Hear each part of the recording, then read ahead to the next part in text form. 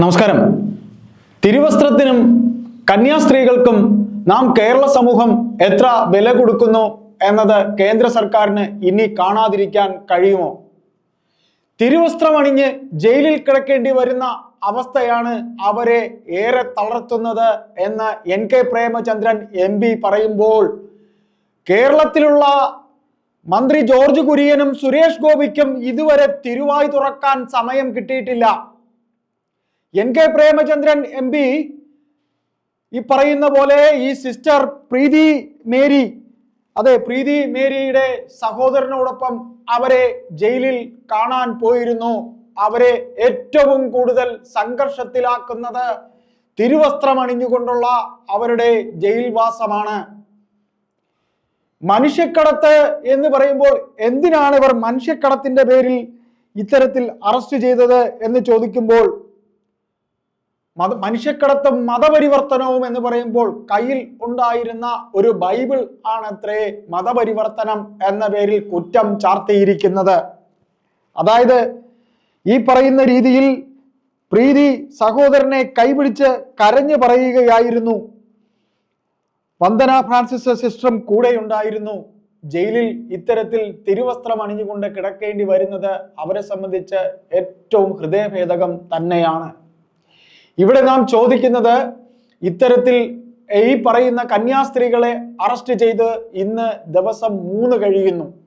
ലോക്സഭാ സമ്മേളനം കഴിഞ്ഞ് പുറത്തിറങ്ങുന്ന അമിത്ഷായെ കണ്ട് ഈ പറയുന്ന രീതിയിൽ NK പ്രേമചന്ദ്രൻ, തുടർന്ന് ഫ്രാൻസിസ് ജോർജ്, പിന്നെ ബെന്നി ബെഹനാൻ, ഇങ്ങനെ 3 MPമാരും അദ്ദേഹത്തെ കണ്ട് സംസാരിക്കുന്ന അവസരത്തിൽ അദ്ദേഹം തന്നാൽ കഴിയുന്നതെല്ലാം ചെയ്യും എന്നും അദ്ദേഹം ഉറപ്പു നൽകി. ഇവിടെ അപ്പോ നമുക്ക് പറയാൻ കഴിയുന്നത് ഒന്ന് മാത്രം, ഇത്തരത്തിൽ എന്നെ കുറ്റം ചാർത്തി കഴിയുമ്പോൾ ഇനി ഇതെല്ലാം എങ്ങനെയായി തീരും എന്നുള്ളത് നമുക്ക് കാത്തിരുന്ന് കാണേണ്ടി വരും. അതായത് കാരുണ്യ പ്രവർത്തനം നടത്താനായി പുറപ്പെട്ട ഇവരെ മനുഷ്യക്കടത്തെന്ന പേരിലും കയ്യിൽ ഒരു ബൈബിൾ ഇരുന്നതിനെ അതും കുറ്റമായി പറഞ്ഞുകൊണ്ട് അത് മതപരിവർത്തനവും ഒക്കെ ആക്കിക്കൊണ്ടാണ് കേസ് ചുമത്തപ്പെട്ടിരിക്കുന്നത്.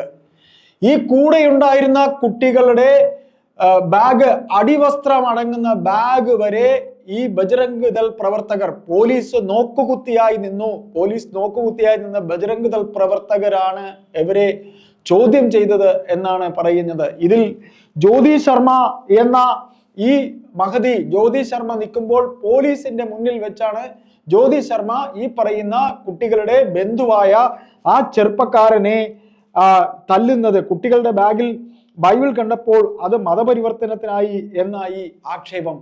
ഇത്തരത്തിൽ ഈ പറയുന്ന രീതിയിൽ വളരെ വളരെ വളരെ മൃഗീയമായ രീതിയിലാണ് കന്യാസ്ത്രീകളോട് ഈ പറയുന്ന രീതിയിൽ ബജ്രംഗ് ദൾ പ്രവർത്തകർ പെരുമാറിയത്.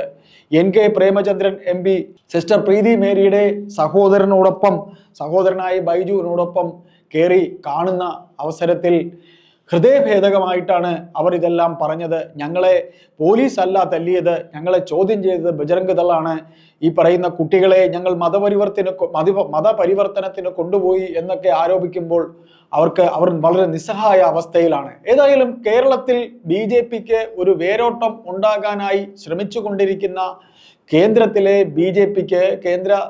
BJP നേതാക്കൾക്ക് കേരളത്തിൽ ഇത്തരത്തിൽ ഒരു തിരുവസ്ത്രം അണിഞ്ഞിരിക്കുന്ന കന്യാസ്ത്രീകളെ അറസ്റ്റ് ചെയ്തതിലൂടെ, ഈ ഛത്തീസ്ഗഡിലെ അറസ്റ്റിലൂടെ കേരളത്തിൽ ഒരു വിഭാഗം ക്രിസ്ത്യൻ സമൂഹം ഇനി ഇവരെ വിശ്വസിക്കാൻ കൊള്ളാത്തവരാണ് എന്ന് വിധി എഴുതിയിരിക്കുന്ന അവസരത്തിൽ ഈ പറയുന്ന രീതിയിൽ കേരളത്തിൽ നിന്നുള്ള മറ്റ് MPമാർ ഫ്രാൻസിസ് ജോർജും ബെന്നി ബെഹനാനും ഒക്കെ ഇടപെട്ടിരിക്കുന്നു, അവർ സംസാരിച്ചിരിക്കുന്നു. കോൺഗ്രസിന് ഈ പറയുന്ന രീതിയിൽ ഇത് രാഷ്ട്രീയമായി ഒരു നേട്ടമാക്കാൻ അവർ ശ്രമിക്കുന്നുവോ എന്ന് നമുക്കിവിടെ ചോദിക്കേണ്ടി വരും.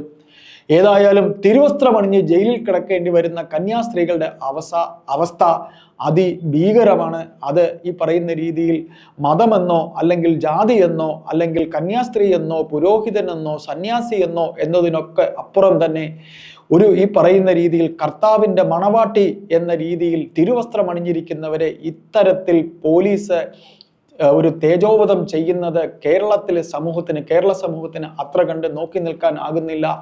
ഇത് കേന്ദ്രം ഇതിൻ്റെ മേൽ കണ്ണു തുറന്നാലും ഇല്ലെങ്കിലും ഇത് ദുരവ്യാപകമായ ഒരുപാട് ഭവിഷ്യത്തുകൾ കേരള സമൂഹം ഈ പറയുന്ന രീതിയിൽ ഇനിയും ഇത്തരത്തിൽ ഉള്ള കേസുകൾ നിരവധി അവർക്ക് കാണേണ്ടി വരും. ഇത്തരത്തിൽ BJPയുടെ ശരിക്കുള്ള സ്വഭാവം എന്താണ് എന്നുള്ളത് വരും കാലത്ത് വരും സമൂഹത്തിന് നേരിടേണ്ടി വരും എന്ന് തന്നെ നമുക്ക് ഈ അവസരത്തിൽ പറയേണ്ടി വരും. കാര്യം ഇവരൊക്കെ തന്നെ ആട്ടിൻ തോലിട്ട ചെന്നായ്ക്കളാണ് എന്ന് തന്നെയാണ് ഇതിലൂടെ സാക്ഷ്യപ്പെടുന്നത്, അല്ലെങ്കിൽ അവർ തന്നെ സാക്ഷ്യപ്പെടുത്തുന്നത്.